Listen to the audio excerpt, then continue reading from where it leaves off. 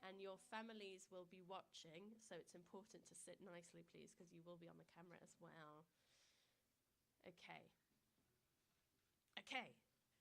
2GA. I feel like I'm in a show, like open mic night.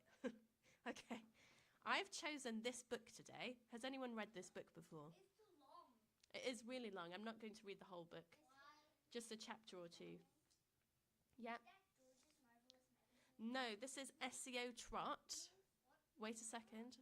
Does anyone know the author of SEO Trot? Juha? No?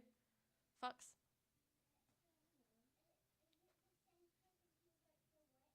The Witches? Yes, it is the same person who wrote The Witches. Yunso.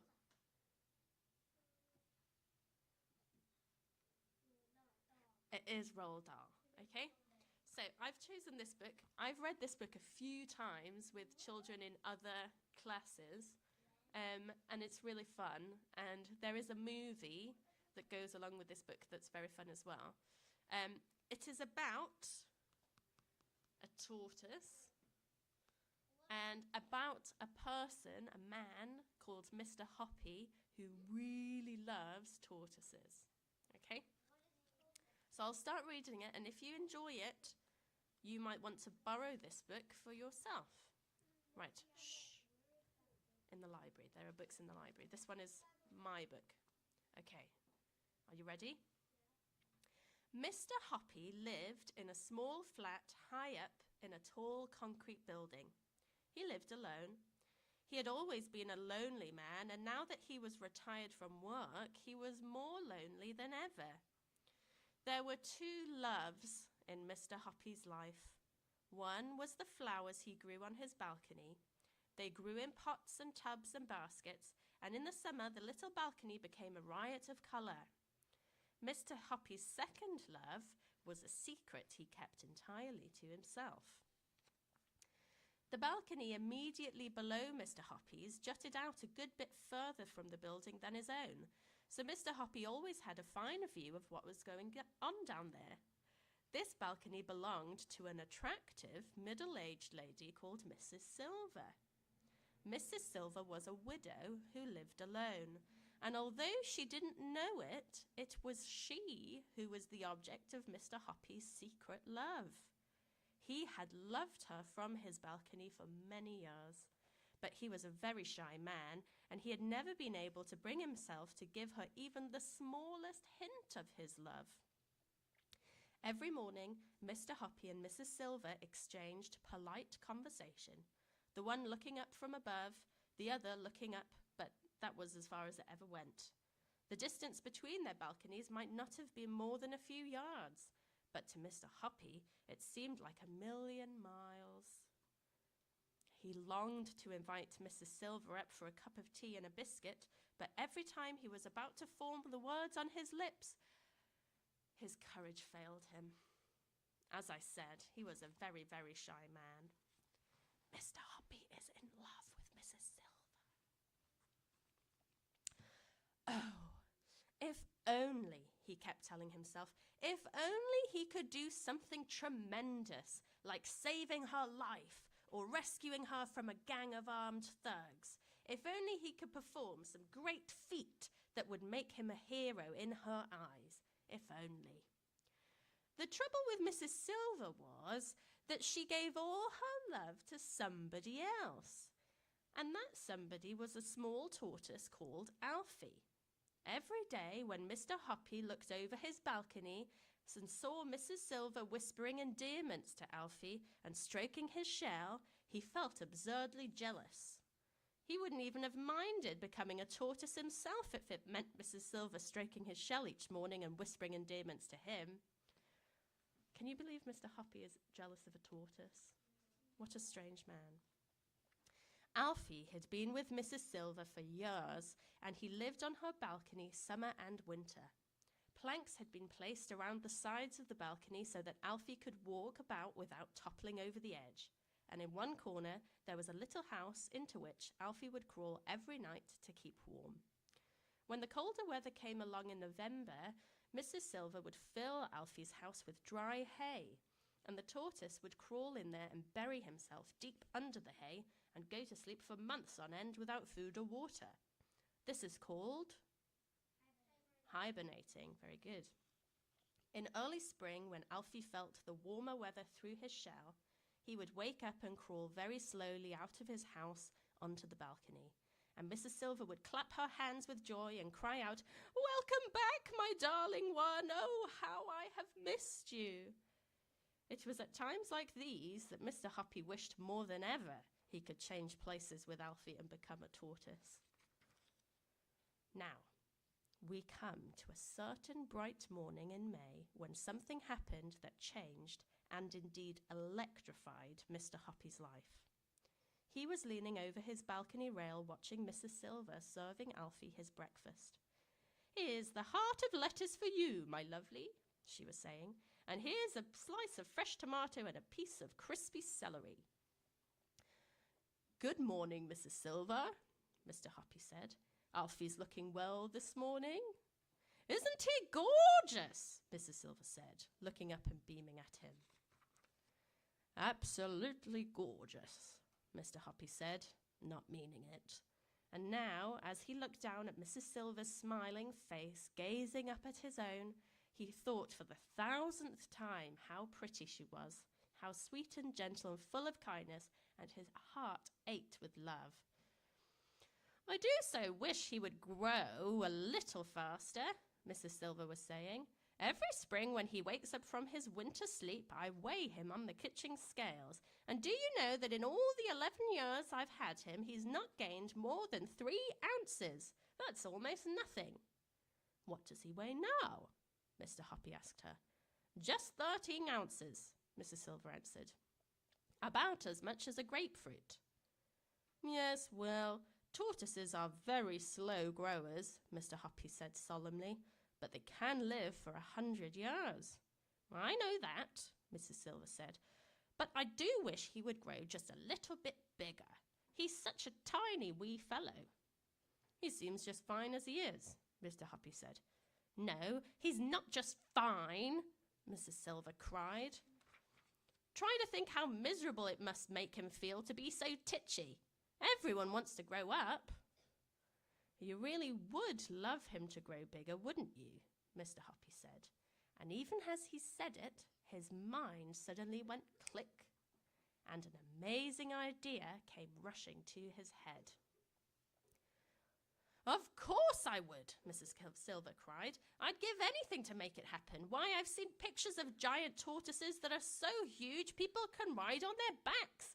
If Alfie were to see those, he'd turn green with envy." Mr. Hoppy's mind was spinning like a flywheel. Here, surely was his big chance. Grab it, he told himself. Grab it quick. "Mrs. Silver," he said, "I do actually happen to know how to make tortoises grow faster, if that's what you really want." "You do?" she cried. "Oh, please tell me, am I feeding him the wrong things?" "I worked in North Africa once," Mr. Hoppy said.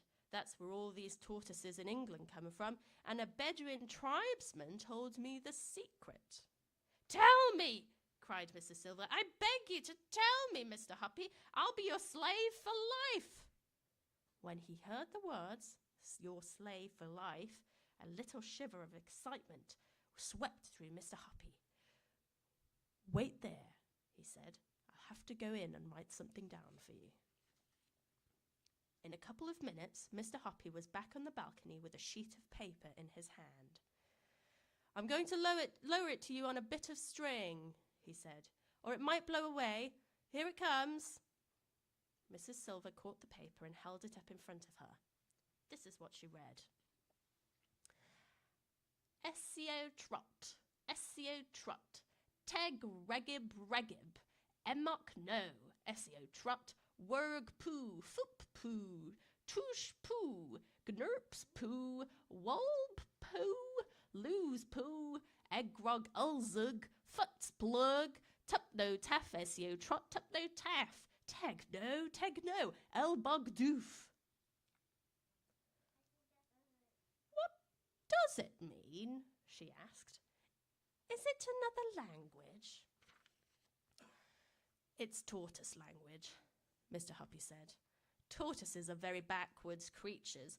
Therefore, they can only understand words that are written backwards. That's obvious, isn't it? Do you think he's telling the truth? No.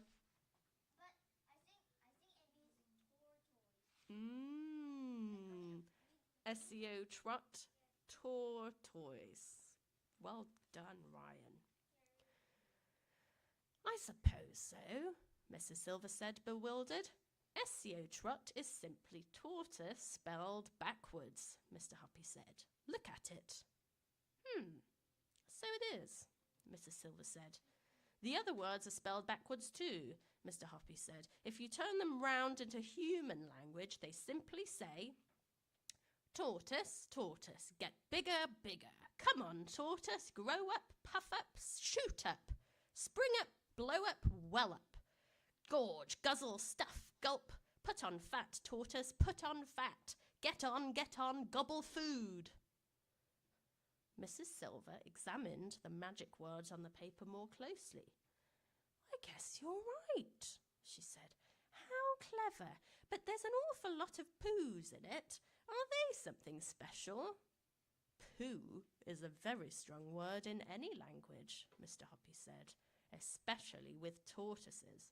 Now, what you have to do, Mrs. Silver, is hold Alfie up to your face and whisper these words to him 3 times a day, morning, noon, and night. Let me hear you practice them. Very slowly and stumbling a little over the strange words, Mrs. Silver read the whole message out loud in tortoise language. Not bad, Mr. Hoppy said, but try to get a little more expression into it when you say it to Alfie. If you do it properly, I'll bet you anything you like that in a few months' time he'll be twice as big as he is now. I'll try it, Mrs. Silver said. I'll try anything, of course I will, but I can't believe it will work. You wait and see, Mr. Hoppy said, smiling at her. I think I'm going to stop there. I wonder if any of you can figure out what Mr. Hoppy's plan might be. Do you really think if Mrs. Silver says these words to Alfie, morning, noon and night, that he will grow twice as big? Do you really think that? No. What do you think Mr. Hoppy's plan really is? Julian?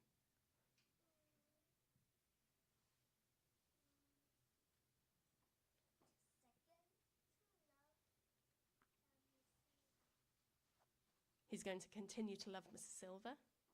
Yes, that's true. But how is Alfie going to actually get bigger? Fox.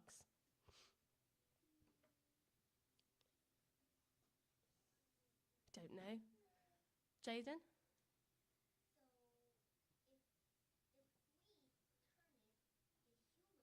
Mm-hmm.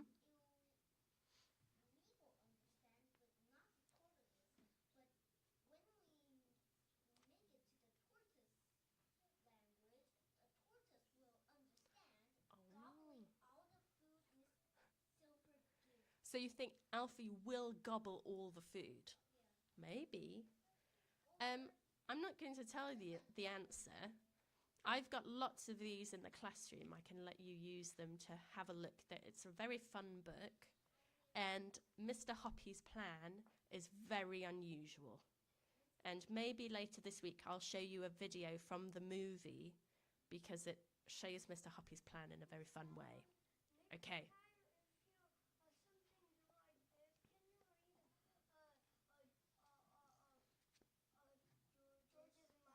Maybe.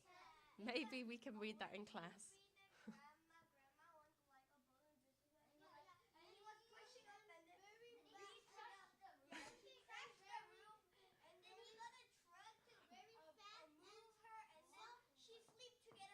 Okay. Maybe we'll look at a few of them. Okay? Right. 2GA. Girls, you're so silly.